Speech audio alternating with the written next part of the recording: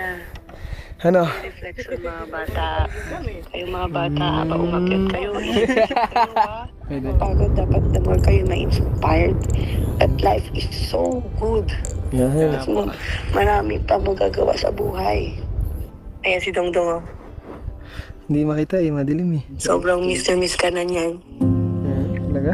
Sobrang miss ka na niyan. Sabi niya, video call daw tayo. Sabi ko, wag na, baka mamiss ka ni Papa. Sabi niya, oo nga pala, wag na lang, basta okay sila doon. Kailangan ko siya sa buhay. Sabi niya?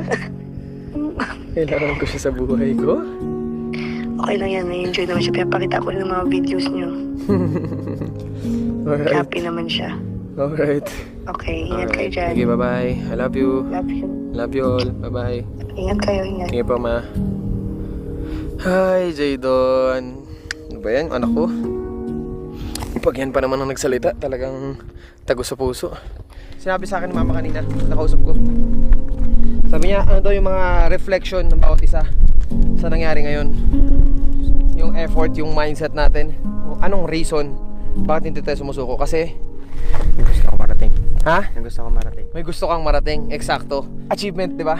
Kahit sobrang hindi mo na kinakaya, pero nasa isip mo ay tutuloy ko pa rin to. Kahit mabagal ang proseso, ang importante, mararating mo yung gusto mong marating. Tama. Di ba? Tsaka yung ginakuli, hindi ako uminom ng tubig. Para sabi ko, pag nakita May ko, goal tsaka ka? ako inom. So, So kumbaga parang hindi lahat ng luho o kung ano-ano man, although hindi luho yung tubig hindi lahat ng luho o kung ano man, hindi mo inuuna yon.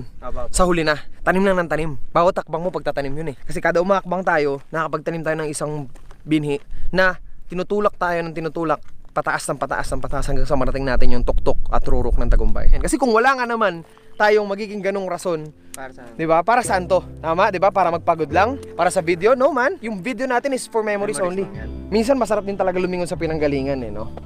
Para makita mo kung gaano nakalayo yung narating mo. Minsan akala natin nagtatagumpay na tayo, akala natin tagumpay na yon. Pero ang tawag lang pala doon, false summit. Hindi natin nakikita ng literal yung pinakatuktok ng gusto nating marating sa buhay. Pero kaya siyang makita ng imahinasyon. Hanggat meron kang imahinasyon, meron kang misyon. Yun yung reflection ko ngayon dito sa ginagawa namin na to. Meron pa kaming aakitin pa ulit na isa pa. Pagdating namin dyan, yun na, tapos na, naakyat na namin.